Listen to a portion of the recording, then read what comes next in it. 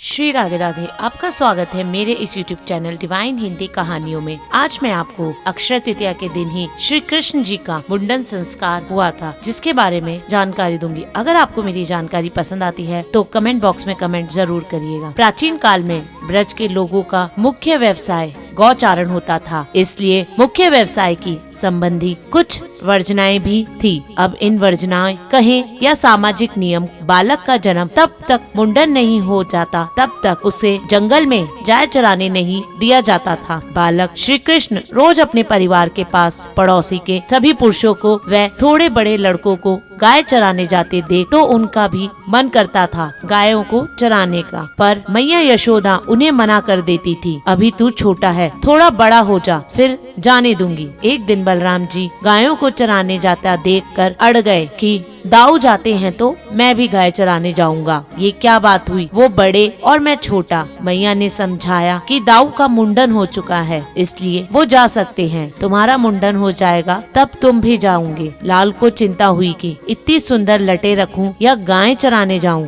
बहुत सोच विचार के बाद उन्होंने सोचा कि लटे तो फिर रुक जाएगी, पर गाय चराने का इतना आनंद अब मुझसे दूर नहीं रह सकता। वे तुरंत नंद बाबा से बोले कि कल ही मेरा मुंडन करा दो, मुझे गाय चराने जाना है। नंद बाबा हंसकर बोले, ऐसा कैसे मुंडन करा दूं? हमारे लाल के मुंडन में तो बहुत बड़ा आयोजन करेंगे, तब लाला के केश जाएंगे। लाला ने अधीरता से कहा, आपको जो आयोजन करना है करो, पर मुझे गाय चराने जाना है। आप जल्दी से जल्दी मेरा मुंडन करवाओ। मुंडन तो करवाना ही था, अतः नंद बाबा ने गर्गाचार्य जी से लाल के मुंडन का शुभ मुहूर्त निकलवाने का आग्रह किया। निकट में ही अक्षय तृतीया का दिन शुभ था, इसलिए उस दिन मुंडन का आयोजन तय हुआ। आसपास के सभी गांवों को न्योता बांटा गया। हर्षोल्लास से साथ कई तैयारियां की गई। आखिर आयोजन का दिन आ ही गया। आसपास के गांवों के हजारों अतिथियों की उपस्थिति में मुंडन हुआ और मुंडन होते ही मैया से बोले, मैया मुझे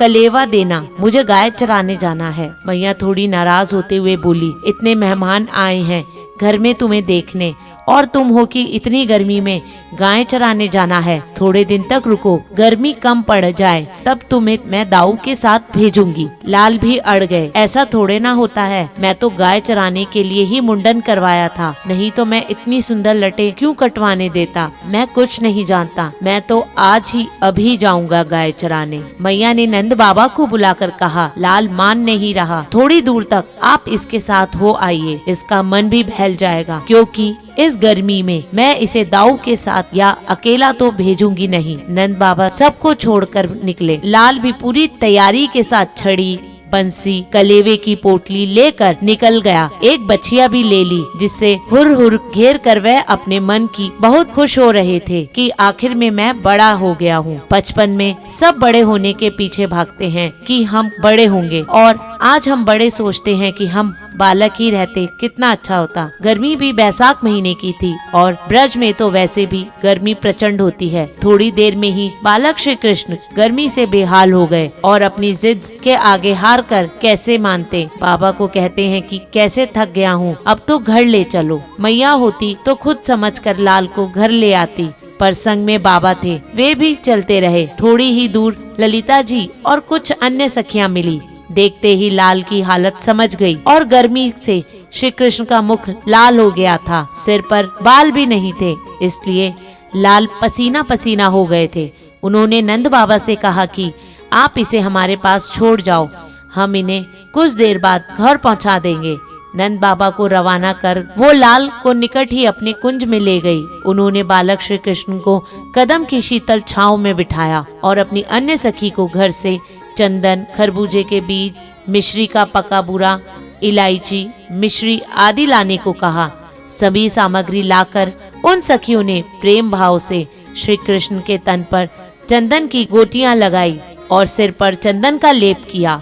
कुछ सखियों ने पास में ही बूरे और खरबूजे के बीज से लड्डू बना दिए और इलायची पीसकर मिश्री के रस में मिलाकर शीतल शरबत तैयार कर दिया और बालक श्री कृष्ण को प्रेम पूर्वक आरोग्य। साथ ही ललिता जी लाल पंखा को झेलने लगी। यह सब आरोग लाल को नींद आ गई तो ललिता जी उन्हें वहीं सोने को कहा और स्वयं उन्होंने पंखा झेलती रही। कुछ देर आराम करने के बाद लाल उठे और ललिता जी ने उन्हें नंदलाल घर छोड़ आई। आज भी अक्षय तृतीया के दिन प्रभु को ललिता जी के भाव से बीज के लड्डू और इलायची का शीतल शरबत आरोग्य जाते हैं।